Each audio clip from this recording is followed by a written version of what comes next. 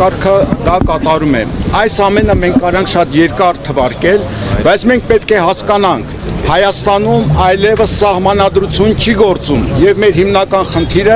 սահմանադրական իրավունքների վերականգնելն է։ Սա է համար 1 քաղաքական խնդիրը եւ Հայաստանի քաղաքացիները պետք է հասկանան, որ մենք անօրինական երկրում ենք գտնվում։ Մենք ապրում ենք մի երկրում, որտեղ արդեն բռնապետություն է եւ այդ բռնապետությունը ունի արտաքին հովանավորներ։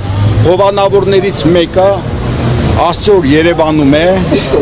Ֆոն դեր Լայն ադգաննով մի կին, որը այս ամբողջ անօրինականությունները ներկայացնում է որպես դեմոկրատիայի պահպանություն։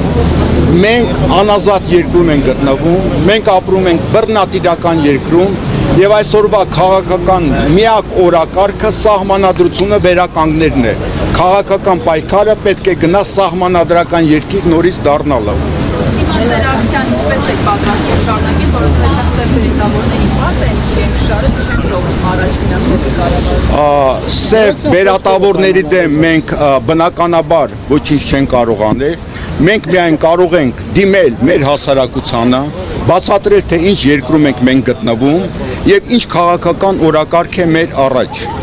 Քաղաքացիները պետք է դա հասկանան եւ նաեւ իրենք չպետք է խափնվեն դեմոկրատիա կոչվածին, որովհետեւ այն դեմոկրատիան, որը մեզ առաջարկվում է, դա դեմոկրատիայի ավարտն է եւ իրեն դեմոկրատական կոչվող Եվրոպական միությունը այսօր ոչնչացնում է դեմոկրատիայի վերջին նմուշները Հայաստանում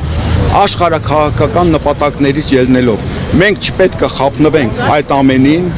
մենք պետք է հասկանանք, որ մեր խնդիրները մենք ենք լուծելու, որևէ բողոք, որևէ մեկին մեզ չի օգնի, իսկ այսօրվա ակցիայի նպատակը այն է բացել դեմոկրատիայի անունից հանդես եկող այդ մարդկանց իրական դիմակները։ Սա է մեր եւ մենք Եկեք օրակարգը ասենք, մենք անգլերենով եւ հայերենով տեքստ ունենք այսօր Եվրոպական հանձնաժողովի նախագահին։ Խնդրում եմ դուք սիրելի եւ հարգելի